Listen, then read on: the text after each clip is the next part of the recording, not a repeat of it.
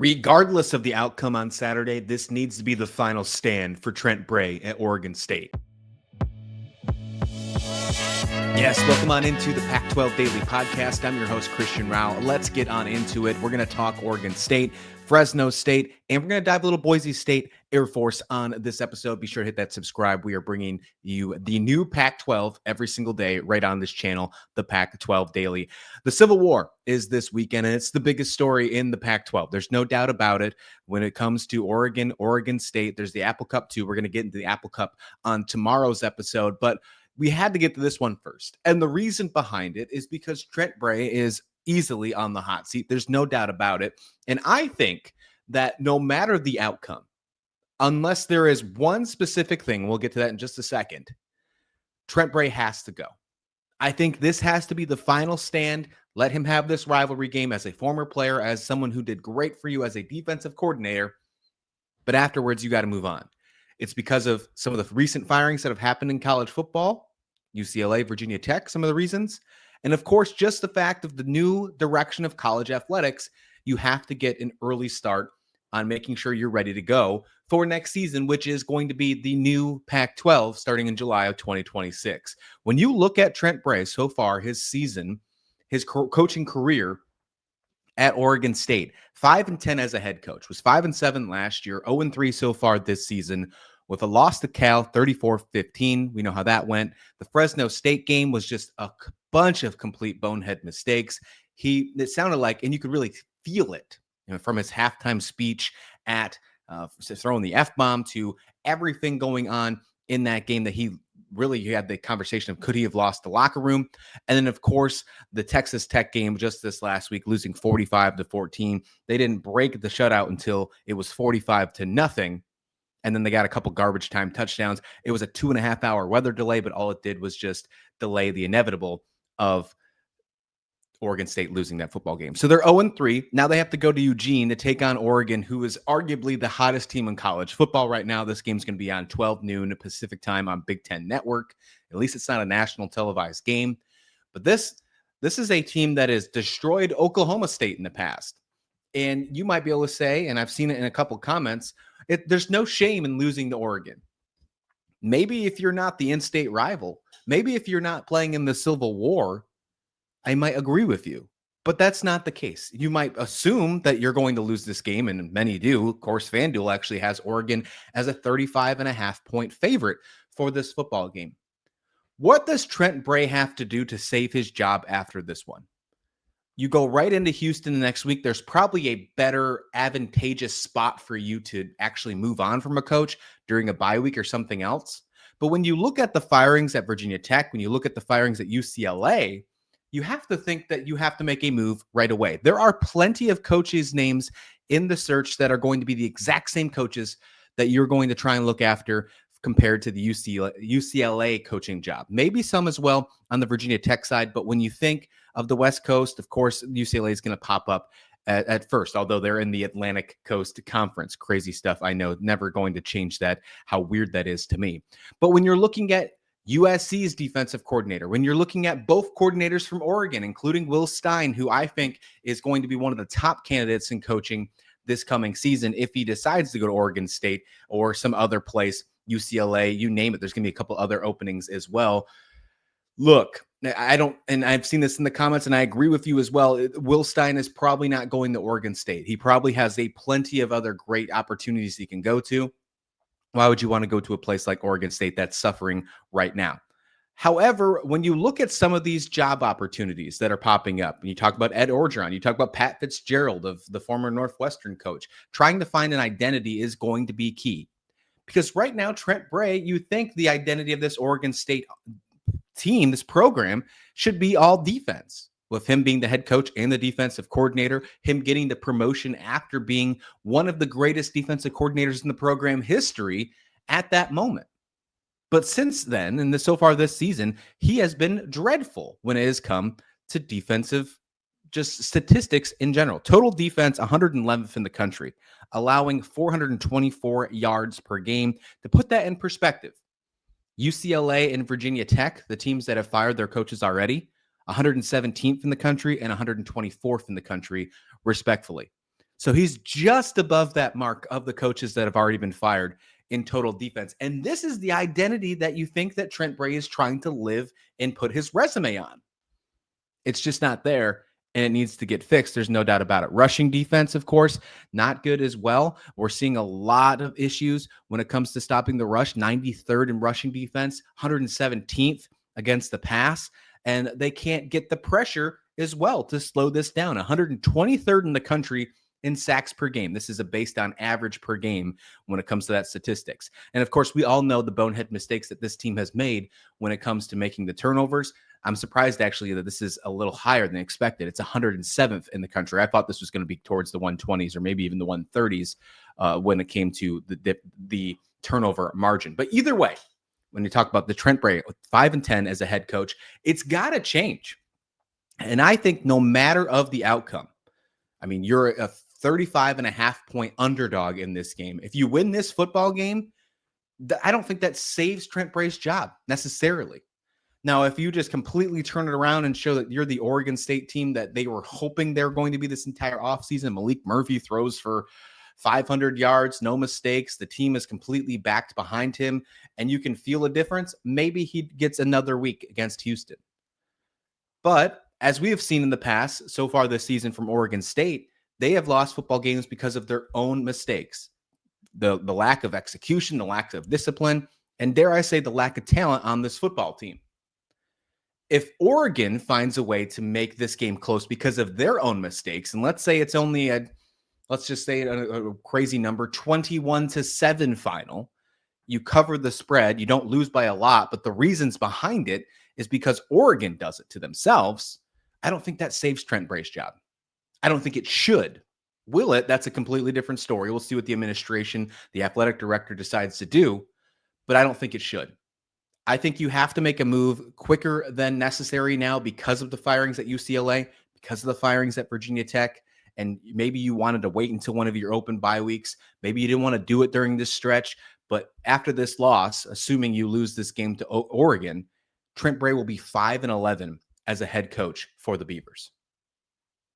Appreciate you being a linebacker for this school in the early to mid 2000s. Appreciate what you did as a defensive coordinator. And I think you're a heck of a guy, but you have to make a change in this world of college athletics, the NIL, the transfer portal, you name it, especially with what's happening in the new updated rules with the transfer portal, most likely moving to one only window at the beginning of the year. You got to make sure your coaching staff is ready to go before that portal window hits. You can't be chasing coaching staffs around and trying to get that taken care of and then trying to hit the portal at the same time. It just won't work. You'll fall behind, and that's something where you can fall behind not only for 1 year, but for multiple years to come. Taking and moving and getting rid of Trent Bray, if that's the decision you're willing to take and you think it's the decision now, it's not going to change after a loss to Oregon. It's not going to change after a potential close game to Houston. You got to make the decision quick. You got to make that decision most likely right after this game against Oregon in the Civil War. And then you have to go find your new coaching staff to make sure you are ready to be one of the top teams in this new Pac-12 starting next season. The confidence that Fresno State got after their demanding win against Southern this past weekend could mean huge things for them when they head into Mountain West play this coming week, starting off the game at Hawaii. There's so much to be excited for Fresno State right now. Being 3-1 on the season after losing to KU at the beginning of the year, you might have thought that there was going to be a slow start for this new coaching staff, but that's not the case. That's not the case for Fresno State at all. After beating Georgia Southern in what was a game that many didn't agree with the spread, Georgia Southern kind of threw a burger down and they took care of business 42-14, especially in that second half. Then, as we mentioned in the first segment of today's show, what they took care of Oregon State with. They let Oregon State stick around. That wasn't the best game by Fresno State by any means, but they got the job done. An ugly win is still a win when you're looking at the records at the end of the season. And then what they did against FCS Southern this past weekend, 56-7. The score is not the biggest thing to have confidence on. It's EJ Warner. I have gone on this show in the past and said EJ Warner is the biggest liability to Fresno State. And although I still might actually agree with that, because he is probably still the liability, he's got to still prove it to me against FBS opponents. He'll have a chance to do that on the road in Hawaii this weekend in the late slate. If you're going to stay up and be a college football sicko, you can watch that one, a one-on-one, midnight Eastern times, true Pac-12 after dark kind of conversation here. But EJ Warner finally threw a touchdown pass. And not only did he throw one touchdown pass, he threw 4 against Southern. He was electric. He had a great game against FCS opponent Southern and threw for 240 yards as well. 20 for 24 on his completions. It was an all-around great performance by EJ Warner. Now, can he translate that and move it to Mountain West competition? I think he can. And going against Hawaii, I would say probably middle of the pack in the Mountain West this year. What a perfect time to show that you can take that next step forward and continue that confidence, continue that momentum for a team that's 3-1 in the first year for Matt Entz. I really like where they're at the moment. This team screams an easy bowl team if they continue this trajectory. The running game has been fantastic. Rayshawn Luke, Donaldson as well. There's a lot of really great things going on with this offensive unit. If they can take care of Hawaii, they move to 4-1 on the season. Then you have Nevada, Colorado State, who has been struggling this year. San Diego State, who we need to talk about, might potentially be on the hot seat with his coach as well. Boise State, Wyoming, Utah State, San Jose State. This is at least a 6-win team. I mean, a pretty easy over on the 6 wins if they can continue to get the performance from EJ Warner and the running game stepping up. I really like what I saw from them against Southern. And of course, you can take what you will because it is an FCS opponent, right? I get that. Southern's only been 1-3 on the year, but they had 507 total yards. The offense was humming. This is a great feeling. And it was even 282 yards passing, 225 yards on the ground. They didn't have a lot of penalties. They had controlled the time of possession. Everything went well for Fresno State. Now, Hawaii has had their moments so far this season. So this is a true piece of competition. Hawaii beat Stanford at the beginning of the season. They've also been embarrassed by Arizona. So Fresno State needs to get themselves in that Arizona category and make a statement win on the road in the Hawaiian Islands and take care of the Rainbow Warriors. I think they can do it. I think they absolutely can do it. The biggest question is, what kind of EJ Warner will show up? Will it be an EJ Warner that throws 4 touchdowns, or will it be an EJ Warner that throws under pressure, makes some mistakes, and gets some interceptions and makes this game a lot closer than it should be? That's the biggest question that we need from Fresno State in this one. But looking at the rest of the roster, of course, I want to talk about this running game because the running back game is what has carried this Fresno State team this entire season so far. It is truly their identity, and what a great identity to have. Being successful on the run game, it just opens up everything else, and that's exactly what you need if you're a team like Fresno State. Donaldson has been absolutely electric. Bryson Donaldson, what he has done so far this season, 50 carries, 325 yards, averaging 6.5 yards per carry, but right behind him is Rayshawn Luke. I mean, talking about being Arizona, coming over from Arizona, Rayshawn Luke has been electric as, dare I say, a running back 1B. I don't even think he's the second string running back. You got a 1A and 1B on your team going for 224 yards on only 36 carries, right up there with the 6 yards per carry average, just like Donaldson. You have 2 guys that are averaging over 6 yards a pop. That is electric. That alone will win you football games. And then add the EJ Warner, hopefully confidence, hopefully not having those turnovers.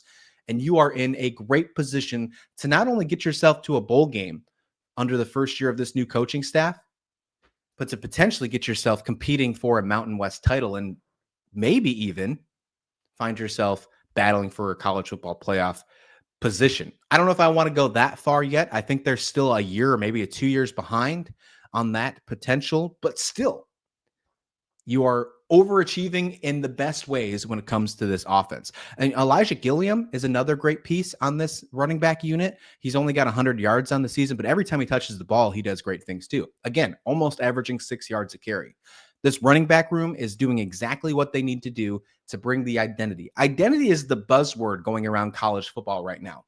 For teams that are not succeeding and for teams that are succeeding, you can tell the difference on how it is, and it all is about identity. Teams that have found their identity, especially some of these early building teams with new coaching staffs inside the program, if they can find their identity early, they're seeing early success. You're not seeing it with Oregon State, but you're seeing it with Fresno State. You're not seeing it with Wazoo, but you're seeing it with Fresno State. And that's something huge that they can continue to carry on, hopefully if they can continue and keep that roster retention for the new season next year in the Pac-12. I like where Fresno State's at. I think they're going to be a fun team to watch the rest of the season. Their schedule actually is pretty good as well, with the exception of playing Boise State, because Boise State's beatable, but with the exception of playing Boise State and maybe actually Utah State as well, I think they can do really well. I think they could potentially run the table with the exception of those two games. This could easily be a team that goes 9-3 at the end of the season. And that would be a great place to hang your hat heading into the new Pac-12 next season. Lots of excitement for Fresno State, for EJ Warner, Donaldson, Matt Entz, you name it. A lot of good stuff for the Bulldogs heading forward this season. Has the narrative changed for Boise State after not playing at all last week? Well, that's actually what I want to dig into in this final segment here on the Pac-12 Daily. Again, hit that subscribe button. We are gaining new members every single day, talking about the new Pac-12 that's going to be here in July of 2026.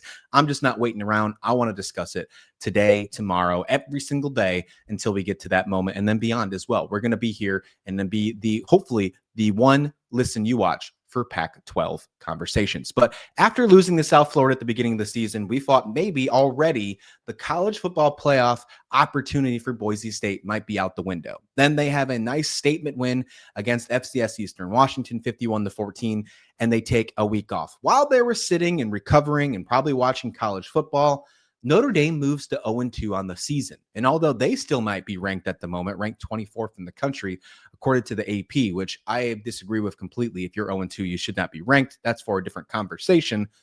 But after that, you look at the rest of Boise State's schedule, and you think there is still truly a strong possibility that although they've lost to South Florida, that they can still find a way to go to 11-1. Notre Dame is easily a beatable team this year for Boise State if they can get back on the wagon, something like they did against Eastern Washington, but of course against a team that was in the national championship last season. They did lose this game to Texas A&M. Notre Dame did on a last-minute play. It was an offensive touchdown by Texas A&M to give them the win 41-40. So it's not like Notre Dame is a terrible team. They're just not the same team they were last year. Boise State can totally capitalize on that and find themselves hopefully 11-1, get themselves back in the conversation, winning their conference and getting back in the college football playoffs for the second year in a row as that G5 participant, as the one being for the G5 champion, if you will.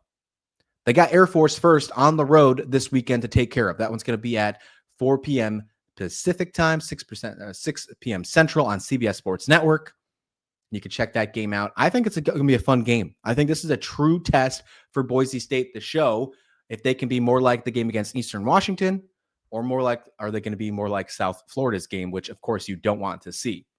Air Force showed some life against Utah State last week. They wound up losing that game, but they showed some life. And that alone, I think, needs to show that Boise State, this is a perfect moment for Boise State to make a statement win. Matson has to be electric. Maddox Matson has to be electric. The junior quarterback has to make sure he has no bonehead mistakes. He has to be able to throw the football. He has to do what he didn't do against South Florida. And because South Florida, he wasn't the best. And although his numbers might look decent, and they're not really decent, but although they looked okay, it's got to be good. Against South Florida, he was 25 for 46, threw the football way too many times, but they had to, being down 34-7, and 225 yards, 54% on that completion, only threw one touchdown. You know, the ratings might look good, but if you watch the football game, he just wasn't exactly what you needed to win that football game. Had a lot of mistakes throwing the football, some underthrows, overthrows. He's got to be accurate. He's got to make sure he moves that Boise State offense, because when there's no Ashton Genty here, although the running backs are good, and we'll talk about in just a second, but there's no Ashton Genty, Maddox is the one that's going to move this offense. It goes through him. It goes back to the old traditional style of the quarterback moving the offense, and there's no doubt about it in my mind. Against Eastern Washington, he only went 16 for 26, but went for 307 and had 61% completions, threw 2 touchdowns, averaged almost 12 yards of completion. That is where he needs to live. He needs to take that from FCS Eastern Washington, and he needs to perform against Air Force. I think that's a perfect opportunity. Again, another stepping stone in the confidence of Boise State. A perfect time to do so this Saturday. When you look at the running game, it's got to continue to go through Sire Gaines. It's got to continue to go through guys like Dylan Riley as well, who stepped up in some of these games. Sherrod. There's a lot of really good pieces of this running back room. Boise State and Fresno State, I think we're going to start having a conversation on who's one of the best running back rooms in the new Pac-12. And those two are definitely the front runners in my mind. Sierra Gaines has 23 carries for 142 yards, and Riley has 143 yards on 13 carries. Both of them averaging at least 6 yards per carry. Riley averaging 11 yards per carry after having that 77-yard rush just last week against Eastern Washington. A lot of excitement for this Boise State offense. Can they step up and win against Air Force? That's going to be a big question. I think they take care of business. I think they make a statement, and hopefully they're not looking too farther into the Notre Dame game, because I think it'd be really easy to overlook a team like Air Force. I think it'd be really easy to overlook other teams like Appalachian State. They have to play next week before they get to that October 4th matchup in Notre Dame on Peacock. Well, a national televised game to prove that they are still a team that needs to be reckoned with after that loss against South Florida at the beginning of the season. They can't overlook it. Although Notre Dame's 0-2 and they're staring right in the face, they're probably salivating at the fact they want to get to Notre Dame and make sure before they get right. There might be a perfect opportunity, perfect time to take on Notre Dame, because they might not be ready. The adjustments might not be there yet. Maybe you want to even play them next week, but you can't. That's not how the schedule works. October 4th is obviously the matchup to make sure you can get yourself back into the college football playoff conversation. But you got 2 games to worry about first. You got to be in 3-1 heading into that Notre Dame game. If you're anything less, then that game doesn't matter regardless, if you want to get to the college football playoffs. Lots of exciting stuff happening in the Pac-12 this week. We got a lot more to cover on the channel. We're going to get to that tomorrow. We're going to talk the Apple Cup. A lot of good fun things to talk about in the Apple Cup. San Diego State. Should we be talking about potentially another hot seat alert already in San Diego? Like, is that something that needs to be discussed? And I think we're going to talk a little Utah State, because Utah State has been buzzing. We got a lot more to talk about here to get into the weekend. We're going to do that. So hit that subscribe button. Be sure to join the conversation here, and we'll see you back next time right here on the Pac-12 Daily Podcast.